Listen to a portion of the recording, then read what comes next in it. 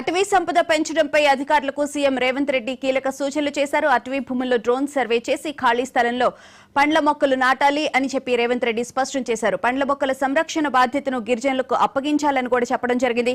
ఎన్టీఆర్ అమలు చేసినట్లు చెట్టు పట్టా విధానాన్ని పరిశీలించాలని, చెరువు గట్లు కాలువల వెంట తాటి ఈత మొక్కలు నాటాలి అని చెప్పి వన మహోత్సవం కార్యక్రమంలో ఉపయోగకరమైన మొక్కలే నాటాలి అని చెప్పి స్పష్టం చేశారు. వికారాబాద్ అడవుల్లో ఎకో టూరిజం అభివృద్ధి చేయాలని కూడా చెప్పడం జరిగింది. పోడు భూముల్లో పండ్ల తోటల పెంపకాన్ని ప్రోత్సహించాలని చెప్పడం జరిగింది. మహిళలను పారిశ్రామికవేత్తలుగా తీర్చిదిద్దడమే ప్రభుత్వ లక్ష్యమని చెప్పి రేవంత్ రెడ్డి స్పష్టం చేశారు.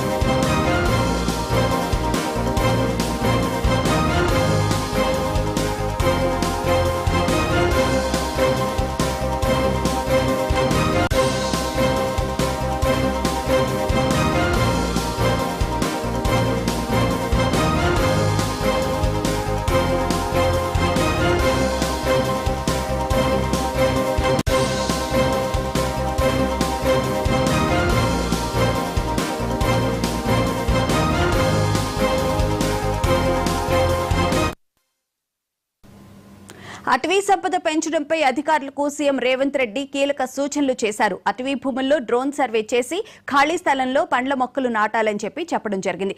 పండ్ల మొక్కల సంరక్షణ బాధ్యతను గిరిజనులకు అప్పగించాలని చెప్పారు.